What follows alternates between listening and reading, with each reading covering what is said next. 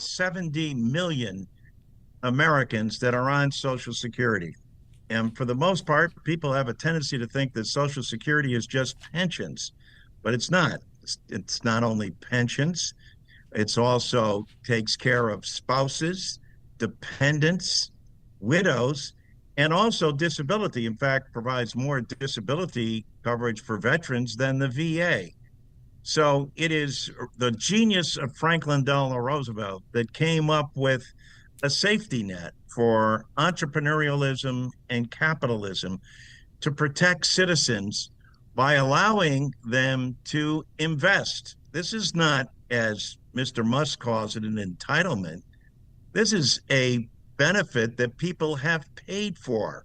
And all one has to do is look on their pay stub to find that out. And on that pay stub, it says FICA.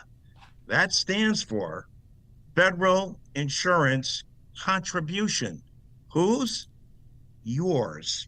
And so it is not an entitlement. This is an insurance plan that has been paid for and entrusted with the government so it can give you a return in your retirement, or if needed before then, in the case of death, for spousal or dependent coverage or disability, all of which has made it the number one insurance plan for the program.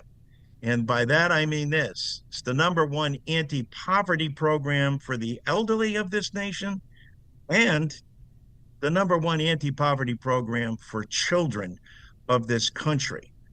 And so to go in there with a wrecking ball, with the idea that they are going to dismiss and close regional offices and fire people, including inspector generals, is just absurd. And even more absurd is, if you're doing that, you have a responsibility to come before Congress and explain what you're up to, why you need access to these private documents, and what is your goal and what is your intent here. And of course, as you know, Mr. Musk now has been on TV several times, just last weekend calling Social Security a Ponzi scheme, and the president calling it a scam. And the Republicans in the committee keep on saying, oh no, President Trump isn't going to touch Social Security. They're not going to be doing anything doing it. In the middle of the hearing yesterday, the DOGE came out saying they're going to stop and they're going to try to eliminate the use of phoning into agencies. They're out to dismantle the Social Security Administration. And there's a responsibility here, first and foremost, on the Republicans in Congress to call a hearing on this, as we have requested and asked for, and to bring them before the Congress in a public hearing under oath and answer that what they need this information for and what their goals are here.